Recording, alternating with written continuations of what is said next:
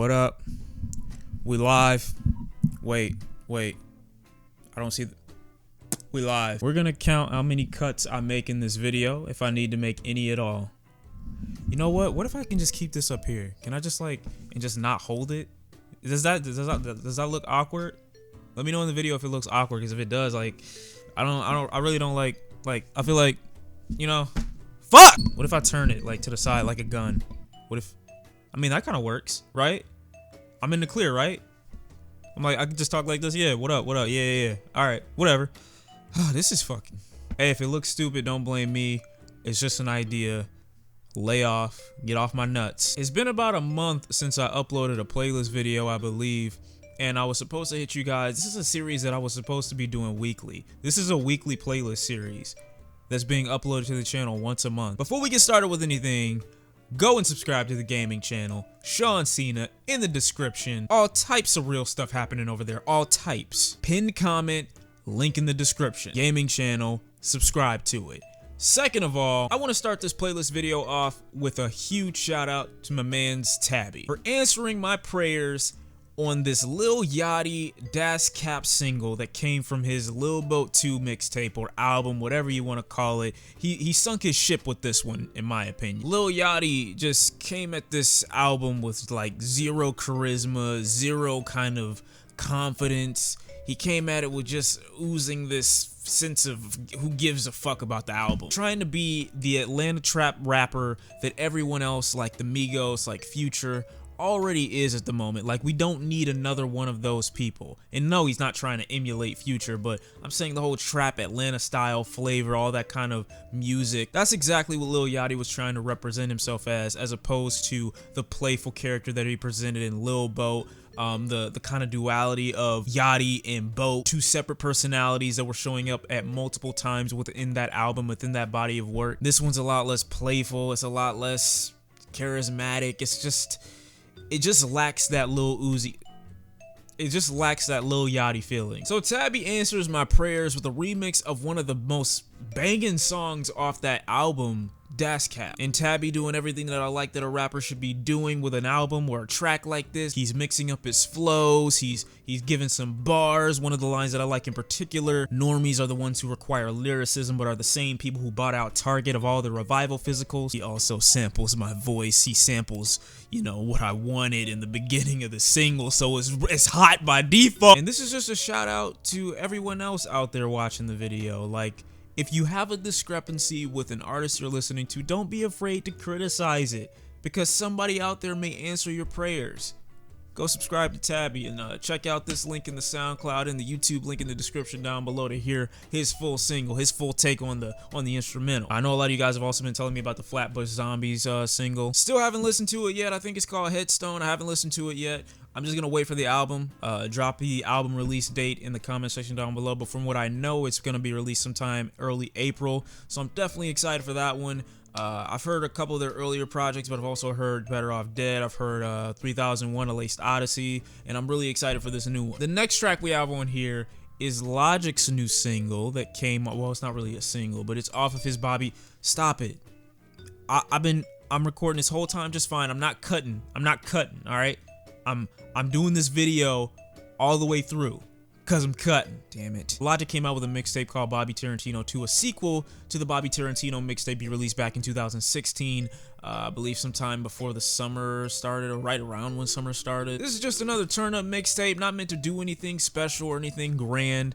I do enjoy this mixtape, even though I wasn't trying to say anything. It was just something cool. My favorite track off this project being Warm It Up, where Logic does a perfect fusion of Bobby Tarantino and Young Sinatra. He actually just labels the feature as himself, but labels himself as Young Sinatra. He's rapping, but then Bobby Tarantino does the hook on this. I just like how Logic is aware that there are two completely different vibes that are given from the way he's rapping at each point in this body of work, and how he's rapped over his entire career. I mean, Logic is one of those artists that has evolved to the point where we could say he sounds like a different artist than he used to be, or he raps in a different way than he used to. He even at one point in this track says, fuck that rap shit, this that trap shit, when he's transitioning from Young Sinatra to Bobby Tarantino and vice versa. A couple of tracks off this project that I didn't really enjoy, and I thought his diss towards Joyner, after more listens, could have been a little bit stronger, but like I said, for what Logic is representing, it would be extremely hypocritical of him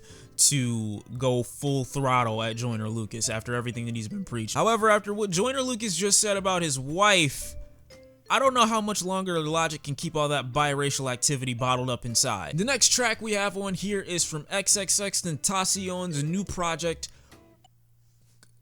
question mark. If that isn't the most confusing, odd album title cover you could ever have, I don't know what it is, but this project was definitely, in my opinion, a lot better than the 17 album that came out last year.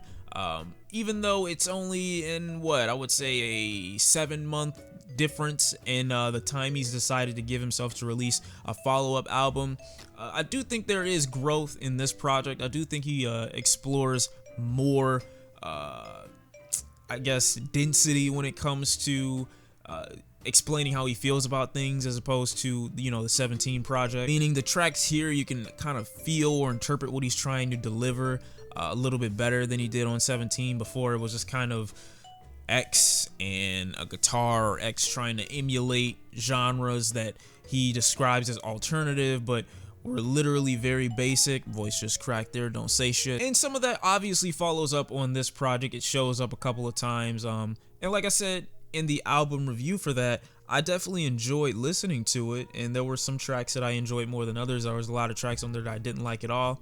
Felt a little bloated, even though it was only like a 30-minute project. But my biggest gripe with X was I felt like he thought that as long as he was different, he was doing better, and that's not always the case. Versatility is good only when you're a master of everything that you claim to be versatile in. Like if you're versatile and you mastered all 4 elements, or you've mastered being a part of basketball or football and tennis and track, and you've mastered all those fields, then it will be a key ingredient. One of your selling points would be versatility at that point. But X isn't a master of everything that he's claiming he's versatile in. Some of the songs are really underwritten. Some of the songs just don't go over that well. I feel like I'm just doing another mini review. If you want to go see my full opinion of that album, go back in the album reaction and look at that. But here, I'm just here to appreciate a couple of songs that I thought were missed in a lot of other people's review for this album. I really enjoyed Going Down. I really enjoyed tracks like Alone Part 3. I like the aesthetic that was painted there. You really did feel like he was alone or in this darkness in his thoughts. But the one that I liked the most was the track Infinity with Joey Badass. I thought that X definitely explored some different flows. He definitely experimented with his vocal range. That's what I like from X as one of his selling points, in my opinion. I know a lot of people think that his voice sounds a little bit weird when he tries to do these other voices, but to me, I think it adds a new feeling to the track. I think he keeps it from being so basic and so predictable when he switches up his vocal tones and his vocal inflection. So that's just something that I like. And although I enjoy Joey Badass giving his bars, I definitely enjoy XXXTentacion giving his vocal performance on the track as well. And he delivers some bars too, like make it do deep throat a Desert Eagle, if you try me like a whole pussy boy, that's on my soul. Also, you guys were telling me to listen to the Joey Badass and XXXTentacion collab track that they did, the remix over King's Dead. I listened to that track. It was cool, but I really don't have that much to say on it. I mean, Joey Badass, I like what he had to say, and X, I like what he did on the track at the same time, but I don't like those two over this beat. I don't. It doesn't really do much for me. Pouya had a new album that came out called 5-5 that I wasn't able to get to last week, as far as including it in some songs that I would have liked you guys to listen to. But the intro to this album sounds very Bone Thugs and Harmony like. It's very reminiscent of that. I like that group. I like what they had to deliver. I like that Pouya is kind of emulating their style very subtly. He's not like stealing or copying from them, but he definitely is influenced by them, you can tell. He has a very harmonious way of tackling every track that he's on, even in this new 5-5 album that he recently released. So definitely check that out if you're into Bone Thugs, you like Pouya, or you like the kind of flora sound. I definitely think it's something to take into consideration, because Pouya is an artist that I would say is kind of forgotten. He had a lot of buzz a couple years earlier, and I feel like he's one of the artists out there that does have a lyrical way of explaining himself on the tracks. I wouldn't call him a lyricist, but I do think that he's pretty lyrical. He has a very healthy way of explaining himself, and his depression on this album and his anxiety and his fear doesn't show up as gimmicks. They show up as very, very genuine and organic experiences. So check out the album if you want to, but yeah, I like that single. I watched a movie with Robert De Niro and Edward Norton, or Edward Thornton, whatever, one of the names, the dude who played the Hulk in 2008. It had this very infectious melody in the background of the intro of the movie that I was watching like a couple days ago, and I saw it. I just thought I'd include it in here because I'm into movie samples. I'm into movie OSTs. If I hear anything that I find enjoyable, I really want to find it. I want to gravitate towards it. I put it into Sony Vegas and I loop it, and sometimes I go to sleep to it, sometimes I walk around to it, sometimes I work out to it. So this is just one of those tracks. You can like it, you can not like it, just hear it.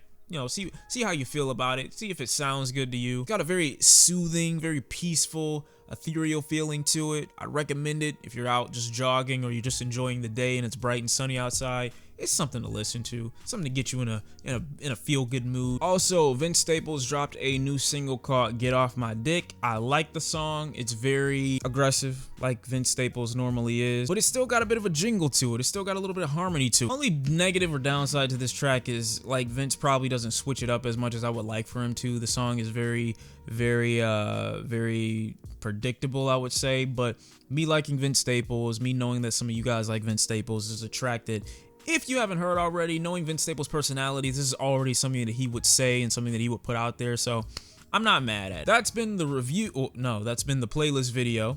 I hope you guys enjoyed. I hope you had a good time watching this. I hope you take some of the songs out of here and enjoy them to your heart's content. And it's been Shawn C, and I'll see you next time. Don't forget to subscribe to the gaming channel. And yeah, I'm moving soon, by the way, so that's why the videos have been kind of sporadic. Sometimes you'll see a lot, sometimes you won't see many at all.